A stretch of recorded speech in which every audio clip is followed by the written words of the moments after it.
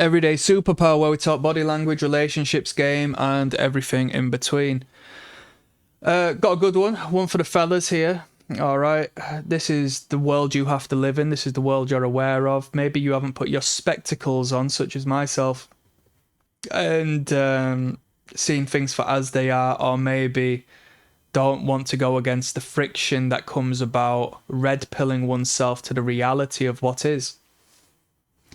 We're going to talk about women and women's perspective of this. So if you're interested in this channel for the whole attraction and repulsion thing, yeah, we will give that information. But primarily, we're going to speak on male and male communication. Okay, so this should be fascinating for you. And it's going to stop you from getting bullied. It's going to allow you to see people who are getting bullied, people who are victims, people who are not respected by their peers, and the oblique and indirect means as to how it manifests in communications. So, you'll watch these YouTube channels and they'll tell you about men and women, and they'll talk to you about, oh, man needs to be dominant, I need to be a dominant man, my woman needs to be submissive, and so on and so forth. And then we never get into the fact that this plane, this dynamic, this pecking order has a complete and utter mirror within the masculine realm. Okay? If anything, more sinister in the masculine realm. And she sees it. Okay? So, I wanted to discuss this because I saw a video. And on this video,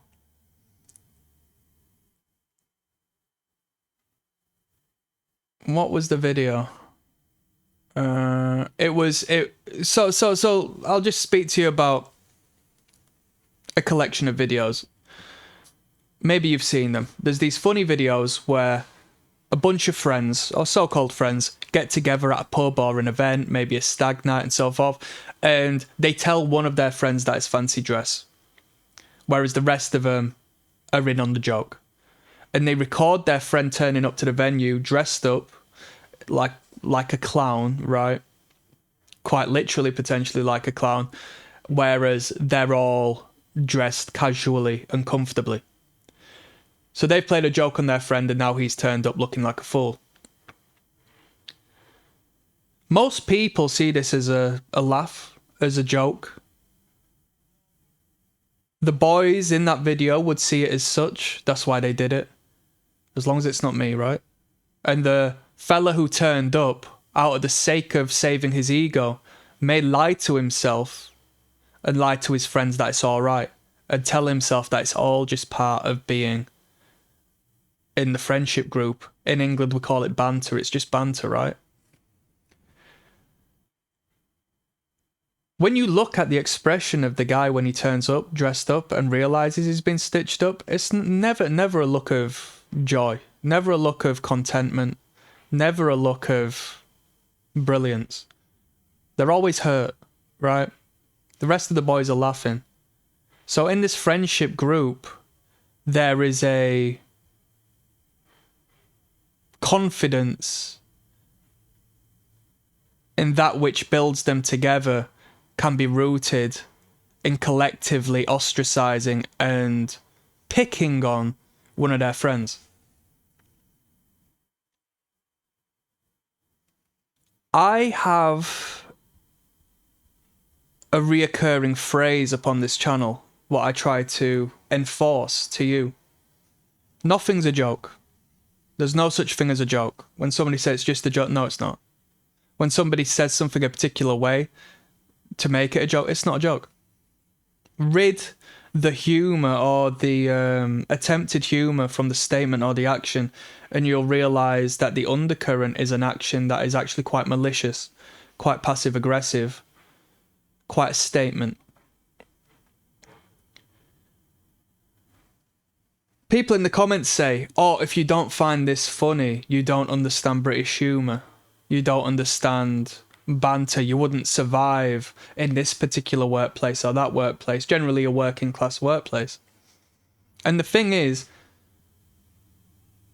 it's a misunderstanding, because these things do happen in these working class workplaces. They exist in all workplaces, you know, regardless of the class criteria, but they may manifest in different particular ways, right? So you might not see this particular behavior of telling your friend to dress up that in a group of politicians, maybe, or so forth, but it might come out in a more oblique manner. This joke and this, you know, means of diminishing the value of their friends may come from like a bit of a passive comment or ongoing joke that they might not be too comfortable with but have to abide by purely because they want to continue staying within the group. So the thing is, yeah, in working class environments, people do have banter, they do take the piss out of each other and so forth. But the point stands, because these people in these environments only take the piss out of people they think they can do. They don't do it to the boss. And if they do it behind their back. They don't do it to their face, because the boss holds the power.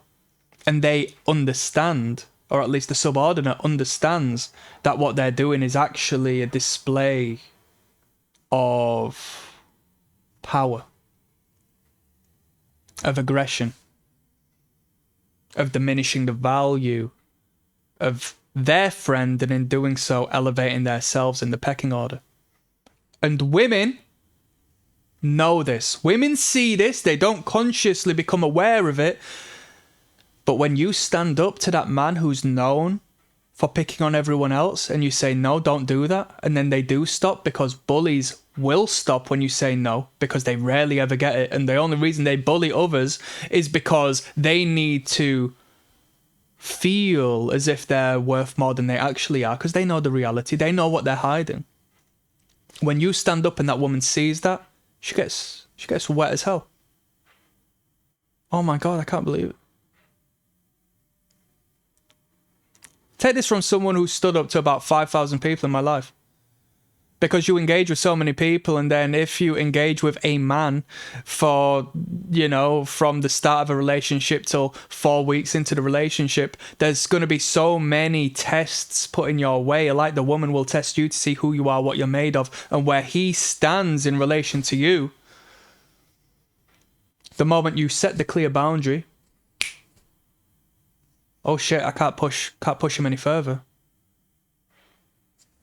Then at least we've set the boundaries of who we are and how we should engage.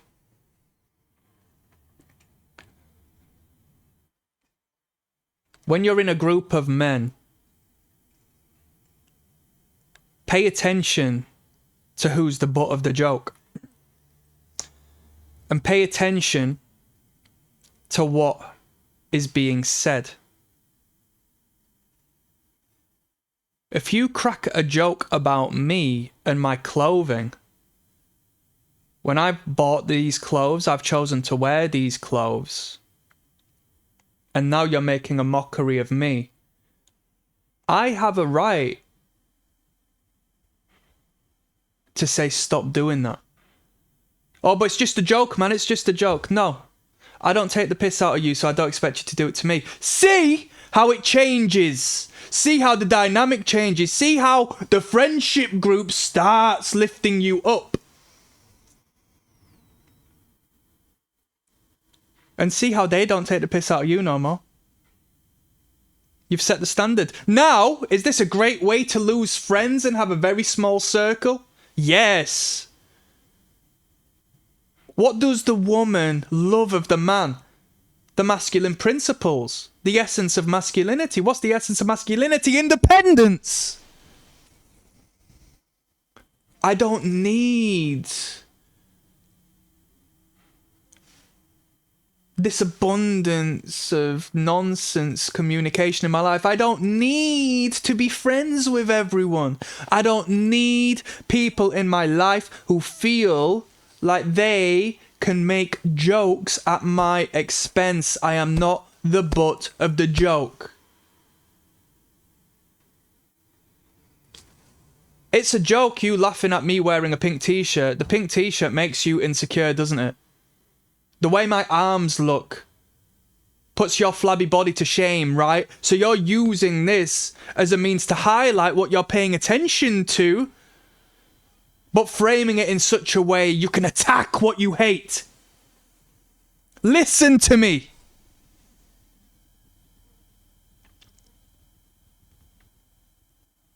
Am I right or am I right?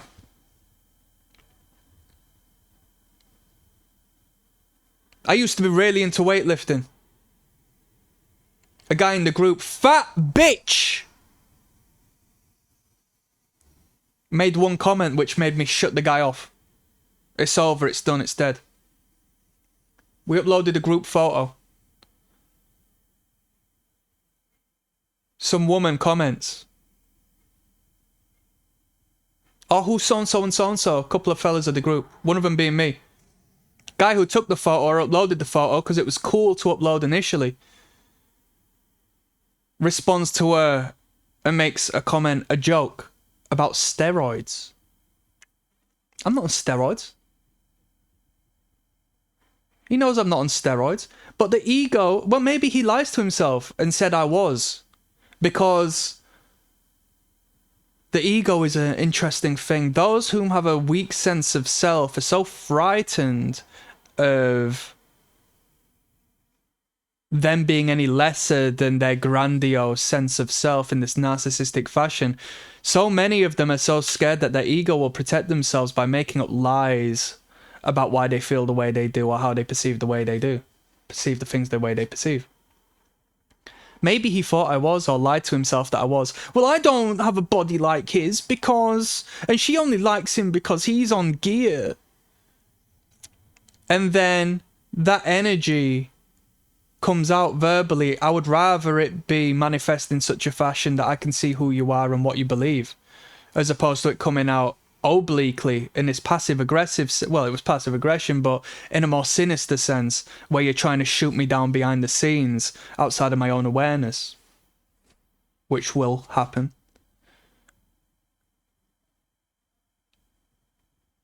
There's no such thing as a joke. There's only truth. There's only reality.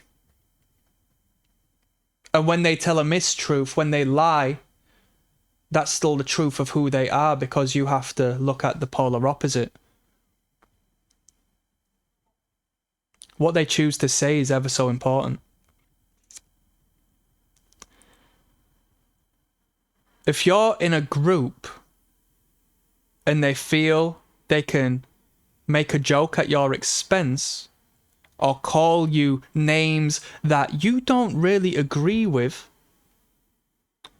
you're diminishing your value in your own mind, in your own self-perspective and perception by not putting an end to it. The moment you stand up for yourself and you just say, excuse me, I don't think it's right, you can call me that, so do you mind stopping that? Believe me, they will stop. And I've done this with bosses. I've done this with people whom in the hierarchical side of things have felt that they were able to abuse their power, because it goes, in my opinion, there's 3 steps to this. Number 1, you pay attention to what they're saying and you might have a little bit of a laugh and you leave it there. Number 2, when it gets brought up again, when they take the piss out of you again, you don't react. You just hear them and you don't give them the reaction, because they're scanning you. Their primitive mind is scanning you to see where you stand, whether you're willing to take this or not, knowing whether they're able. Because trust me, if you absorb it and take it, then they will keep pushing the boundary until they're kicking you in the fucking head, honestly. Until they're fucking your wife behind your back, until they're doing this and then turning up to you with a smile on their face because they know you won't do anything. Right? And then when it happens the 3rd time, boom, no. Or even when it's the 1st time and it's too far from the get-go, no. I had a boss. We're engaged in a group. He wanted me to pop over to look at his computer screen. He tapped on his leg like I was a dog. This guy scared the hell out of everyone. I thought, what? I just said, no, I can't turn up like that. He apologised. You best believe everybody saw me as a somebody. I did not get fired for it. He came up to me the next day by himself, tried to brush it off a bit with another bit of a joke, and apologised once again. Because he would have gone home thinking about that. Check them for their actions. And as I spoke in the last video about need and necessity, that which you need has control over you. It's not necessarily the fact I told him to stop. I'm not going over there in relation to what you've just emoted at me. It's the fact that you're my boss and I don't care if you fucking fire me. I'm not taking your instruction. No, I have boundaries. I would argue with you 80%, 85%, if not more, of men would have tried to laugh that off and go out of fear of losing a job, out of fear against going of the boss, and out of fear of being rejected from the status quo, the unwritten social rules that men have to take the piss out of each other and beat each other down as a part of their culture. It exists and it serves reality and it serves purpose as a part of assessment of the pecking order. And you must acknowledge that, but don't ever let anybody feel that they can rid you of your place. Because the moment you allow it once, twice, 3 times, they only continue pushing the boat. And they don't respect you. There's a lack of respect there. To re-clarify, the women see this because the woman values status in a man and she unconsciously assesses, analyses and calculates the social standpoint of every man in that group. And if you're the one getting buried, if you're the one who's making a joke out of it, you come back home and she says, oh, you're back late tonight? Why are you back so late? And you say, oh, well, the boys at work hid my keys. That's not a joke. You're getting bullied. And she sees that. And the most sinister element of this is she might actually be turned on by the people who are taking the piss out of you because they are symbolically higher in this pecking order than you are. Isn't that gross? Isn't that gross? That's game. Click like and subscribe. Peace.